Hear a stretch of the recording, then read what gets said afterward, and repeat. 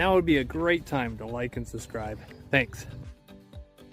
We have the concrete coming today. We're going to be pouring some forms here, so we're just waiting on the truck and then we'll be off to pouring. Here comes the truck.